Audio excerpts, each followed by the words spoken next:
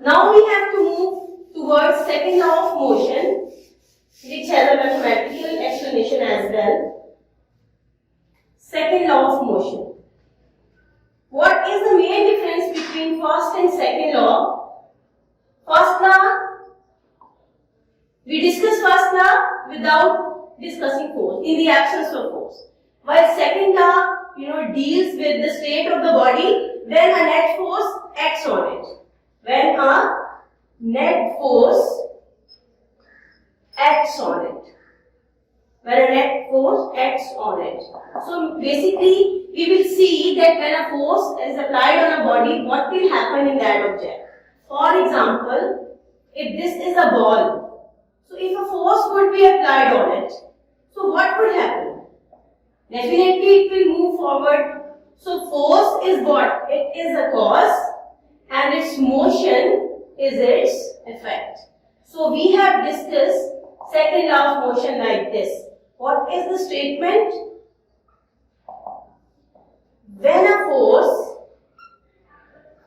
When a net force acts on a body, it produces acceleration. Acceleration is what? Rate of change of velocity. It produces acceleration in the body. The magnitude of this acceleration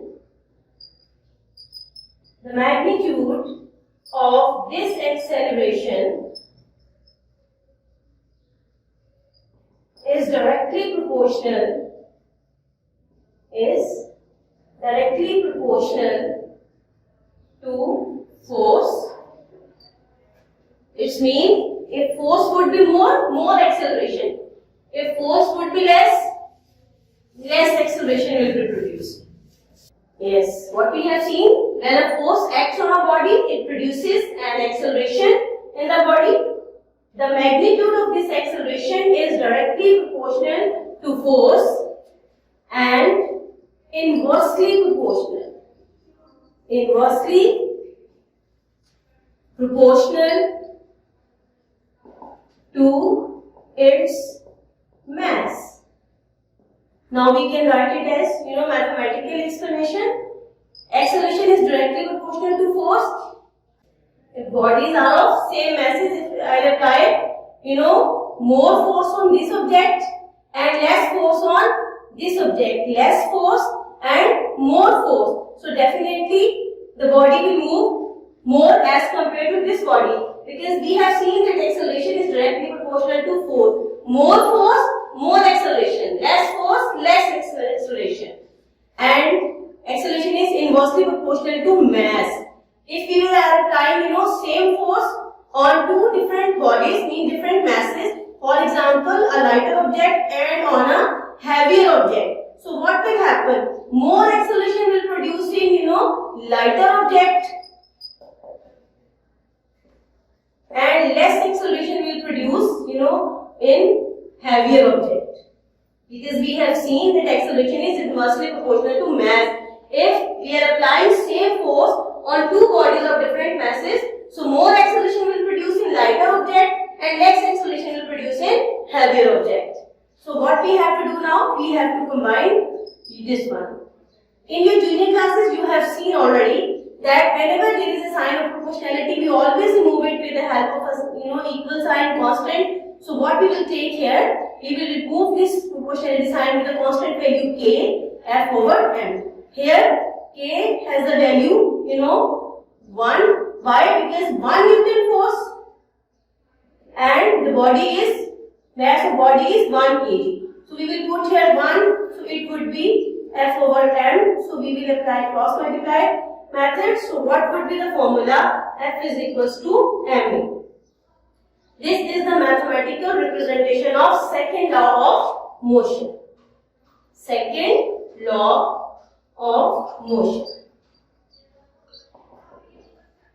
You know about force. Force you have already studied in unit number 2 in base and derived quantities. Force is a derived quantity. So in this case, it is measured in Newton.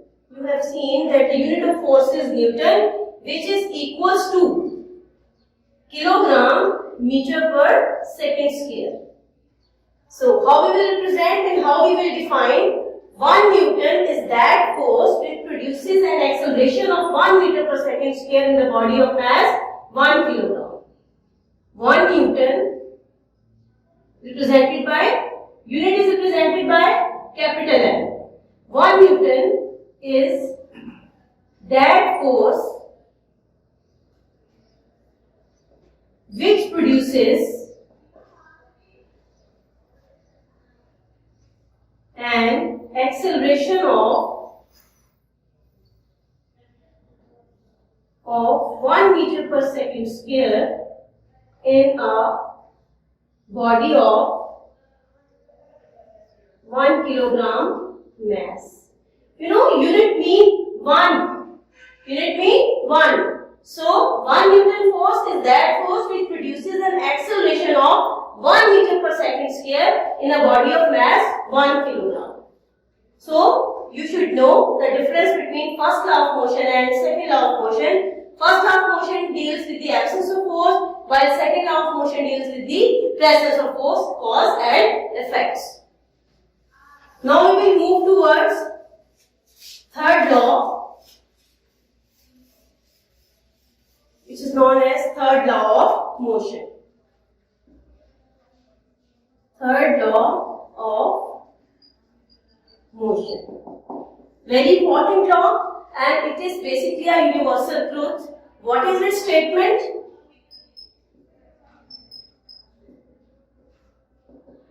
Every action has a reaction which is equal in magnitude,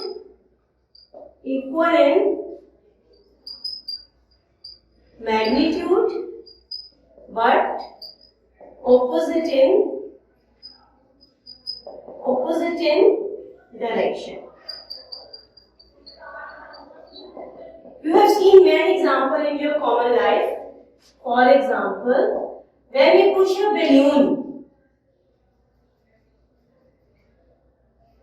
air-filled balloon, and if we leave it, what happens? Air rushes out backward,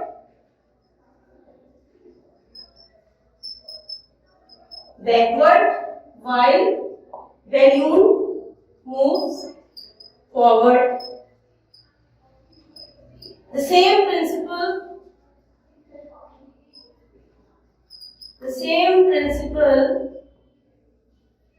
is used in rockets, where a lot of gases, as a fuel comes out and rocket moves forward. Gases comes backward,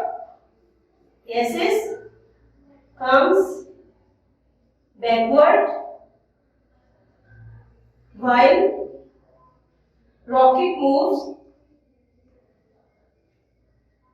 forward. The movement of gases backward shows action, while rocket's forward movement shows reaction.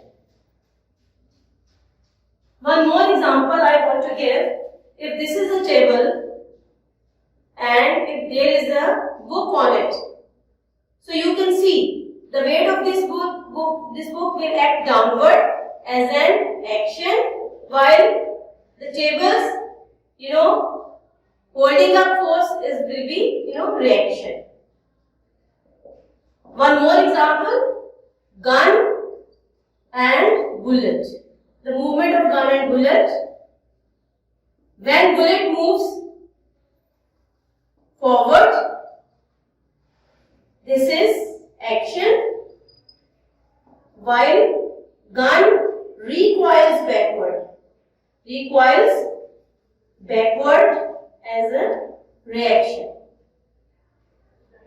So, these are three laws of motion which is very important, and this has been explained by Sir Isaac Newton in his most famous book, Principia